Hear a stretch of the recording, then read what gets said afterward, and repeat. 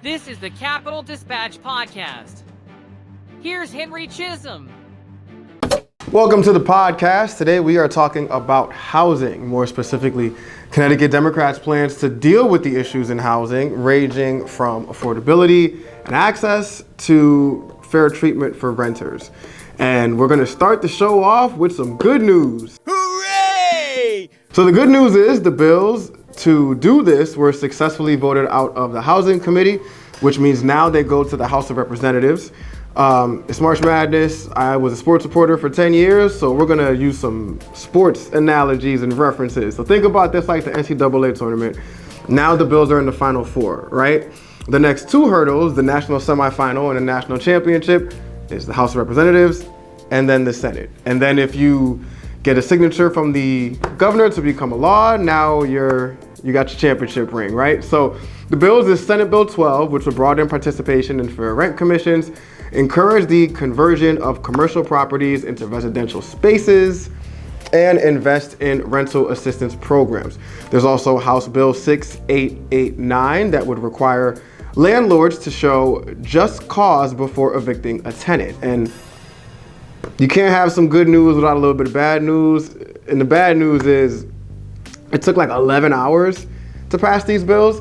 And a lot of that time, unfortunately, was used in like not the most productive of ways by Connecticut Republicans. Anyway, when all was said and done, the bills did survive and advance, former sports reporter, but every Republican in the Housing Committee voted no, man. Not one voted for it. So that's not encouraging. And it's not so much not encouraging because I don't think Democrats have the votes to then pass these bills in the House and the Senate, because I honestly don't know either way.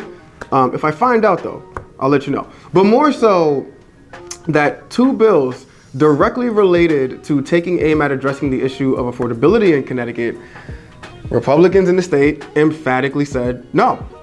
And this issue of housing or lack of housing that people can afford, which, hard stop, I'm gonna refer to it that way during the show because I feel like affordable housing as a term has kind of turned into what the word woke turned into, or CRT or DEI or whatever. You know, I feel like whenever certain terms get used by people who have bad intentions, it stops meaning anything.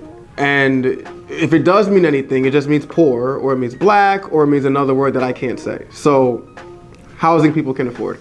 And again, it's an issue everywhere, but it's really an issue here in Connecticut. I've seen different estimates on this, but they all live in the same general area. According to a piece by Connecticut Public Radio, Connecticut is short about 92,500 units of housing that people can afford and that are available to the state's lowest income residents. And our housing stock, or the supply to meet the potential and prospective demand, it's also not that great, which is a downer. According to the Connecticut Housing Finance Authority, or the acronym CHFA, which is how I'll be referring to them throughout the show, Connecticut also has the sixth oldest housing stock of any state. Any state and Washington, D.C., with a median year built of 1966, well before I was born, compared to 1980 to the rest of the country, which is a little bit closer to when I was born.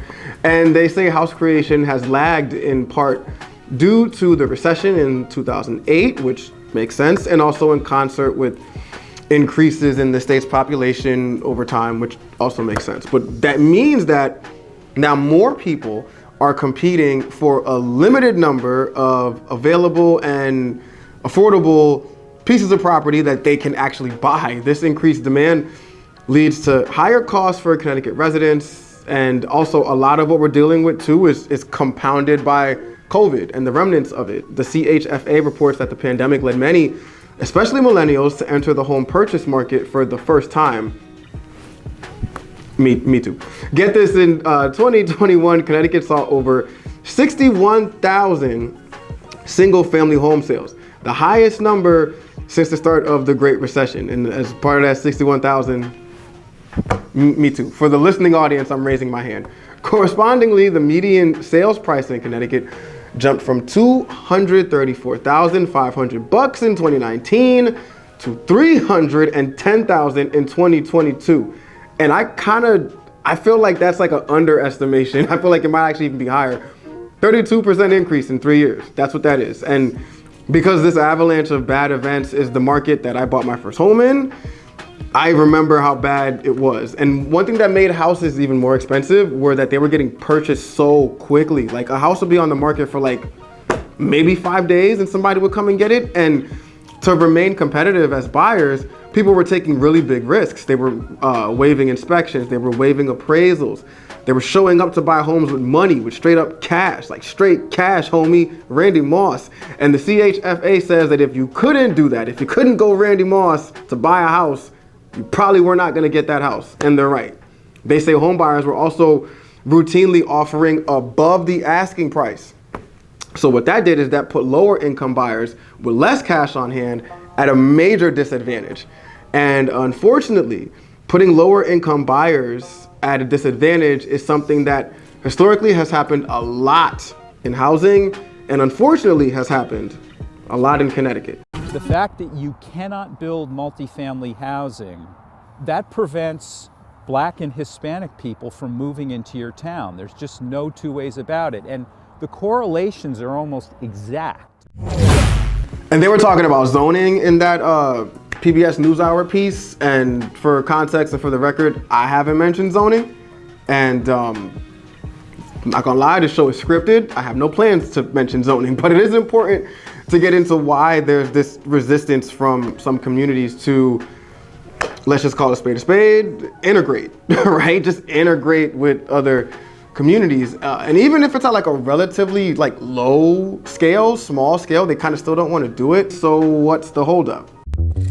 The FHA's justification was that if African Americans bought homes in white neighborhoods, or even if they bought homes near those neighborhoods, the property values of the homes they were insuring, the white homes they were insuring, would decline, and therefore their loans would be at risk. In 1940, for example, a Detroit builder was denied FHA insurance for a project that was near an African American neighborhood. He then constructed a half-mile concrete wall, 6 feet high and a foot thick, separating the two neighborhoods, and then the FHA approved the loan. In the 3 decades during which it administered this policy, however, the agency never provided or obtained evidence to support its claim that integration undermined property values. In fact, often racial integration caused property values to increase because African Americans' housing supply was so restricted and they had so many fewer choices. If African Americans had access to housing throughout metropolitan areas, supply and demand balances would have kept their rents and home prices at reasonable levels.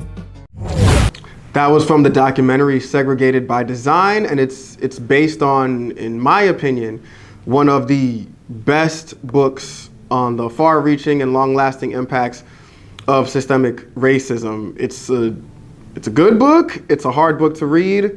I had to take breaks every once in a while because it was kind of making me upset. It's called The Color of Law. It dives into how discriminatory housing policy can impact a person's access to education, employment opportunities, health services, even clean air, clean water, healthy food, and it's all very intentionally done. And I'm not saying that Republicans are doing this on purpose. And I'm also not saying that towns and cities that are against multifamily homes or housing people can afford are also doing this or trying to do this on purpose, right? I'm not accusing anyone of anything. All I'm saying is, in the words of Mark Twain, history doesn't repeat itself, but it does rhyme.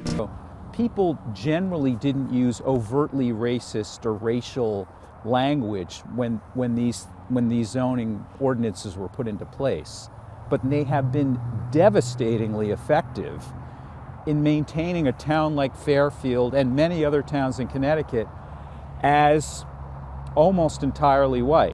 So that's where we are with homes, right? The Senate seems like their approach is more so taking on housing. And as it pertains to rent for apartments and such, the Partnership for Strong Communities released a report from 2024 that says that Connecticut, in addition to having the 14th highest median housing costs, we've got the 13th highest median rents in the nation. And that in 2023, about 96,000 extremely low-income rental households spent more than half of their income just on housing costs. So Democrats are right. Clearly, we got to do something about this. And the House taking on the issue of just fairness for renters with just cause evictions. Often Republicans have an issue with that policy because they say it will hurt landlords and it will leave them with difficult tenants that they can't get rid of. Essentially, it'll strip them of all their power, and they're just stuck, right? But the Connecticut Fair Housing Center actually reported out that just cause evictions do protect landlords that need to evict in several instances, like a non-repayment of rent, lease violations, and a refusal to agree to reasonable rent increases. So it protects them, and they're still able to raise rent as long as it's reasonable.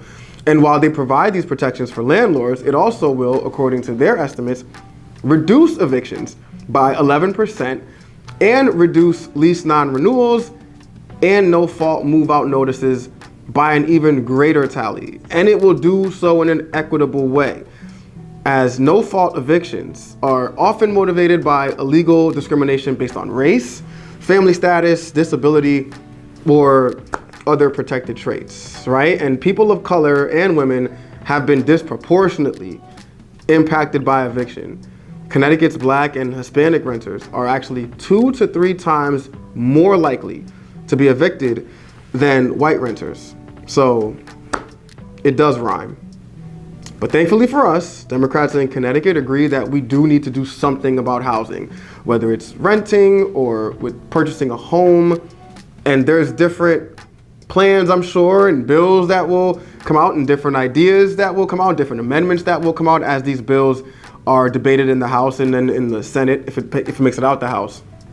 But the positive thing is they get, hey, this is a problem. We need to do something about this problem. On the other end, Republicans love to talk about how Connecticut is too expensive, Connecticut is too expensive, Connecticut's too expensive, and they're right. But if you diagnose a problem, you gotta be able to fix it. And this was an opportunity to say, we wanna fix the problem. So we'll see what happens when the bill's in the House and hopefully in the Senate, if they have a change of heart. This is a Capitol Dispatch special report. On Tuesday, March 18th, residents gathered at the Connecticut State Capitol to rally against the Trump administration and congressional Republicans' proposals to cut Medicaid and Social Security. And if they cut Social Security, we're going to see a huge spike in poverty among older populations. People are not going to be able to live. They're not going to be able to pay their rent, their mortgage, buy food, buy medicine. It's unconscionable. I love someone on Medicaid. I love someone on Medicaid.